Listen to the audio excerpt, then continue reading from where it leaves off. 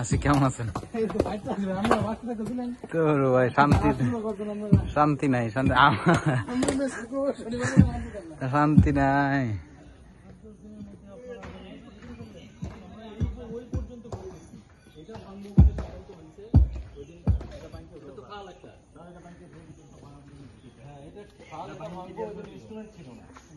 আপনি আবার আপনি জানেন ওই ঘর